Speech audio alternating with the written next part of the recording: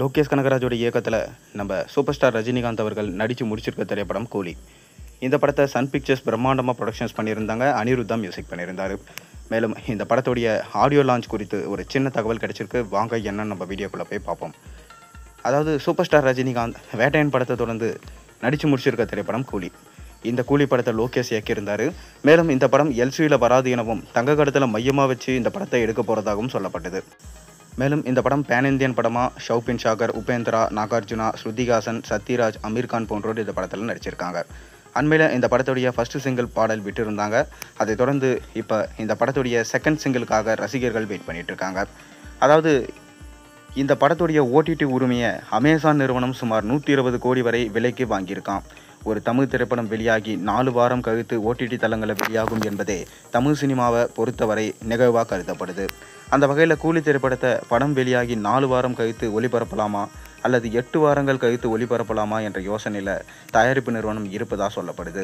ஏனென்றால் வட மாநிலங்களை பொறுத்தவரை திரையரங்குகளில் வெளியாகி 8 வாரம் கழித்து தான் ஓடிடி தளங்களில் படங்கள் வெளியாகும். அப்படி வெளியிடப்படும் படங்கள் மட்டுமே வட மாநிலங்களில் உள்ள மல்டிப்ளெக்ஸ் அரங்களில் வெளியிடப்படும். அந்த வகையில் கூலி திரைப்படத்தை வெளியிடுவதில் இப்போ ஒரு சிக்கல் ஏற்பட்டிருக்கதா சொல்லப்படுது. இதனால் படக்குழு யோசனையில் உள்ளதாகவும் படத்தின் மீதான எதிர்பார்ப்பும் அதிகமாக இருக்கிறதுனால திரையரங்களில் 8 வாரங்கள் ஓடிய பிறகு பார்த்து கொள்ளலாம் என்ற எண்ணத்திலும் படக்குழு இருப்பதாக சொல்லப்படுது. கூலி திரைப்படம் வருகிற ஆகஸ்ட் 14 வெளியிட திட்டமிட்டிருக்காங்க. அதே சமயம் பட ரிலீஸை தீபாவளி அல்லது ஆயுத பூஜை என்று வெளியிடலாமா என்ற யோசனையிலும் இருப்பதாக சொல்லப்படுது. இப்போ ப்ரொமோஷன்ஸை கொஞ்சமாக ஸ்டார்ட் பண்ணிட்டாரு நம்ம லோகேஷ் கனகராஜ். அந்த வகையில் இந்த படத்துடைய ஆடியோ லான்ச்சை பிரம்மாண்டமாக நடத்த திட்டமிட்டிருக்காரு.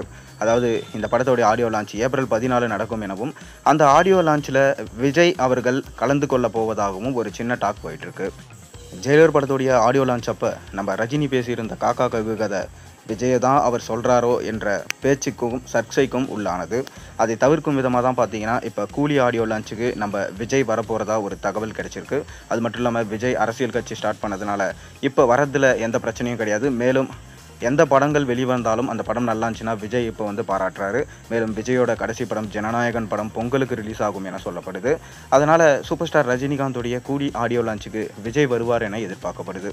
பொறுத்திருந்து பார்ப்போம். சன் பிக்சர்ஸ்ன்றதுனால அவர் வருவாரா வரமாட்டாரா? உங்கள் கருத்துக்களை மறக்காமல் நீங்கள் கீழே கமெண்ட்டில் சொல்லுங்கள். மேலும் சேனலில் போடுற ஒரு ரீசன் பிடிச்சி மறக்காமல் சேனலை சப்ஸ்கிரைப் பண்ணி லைக் பண்ணுங்கள், பெல் ஐக்கனை ப்ரெஸ் பண்ணுங்கள்.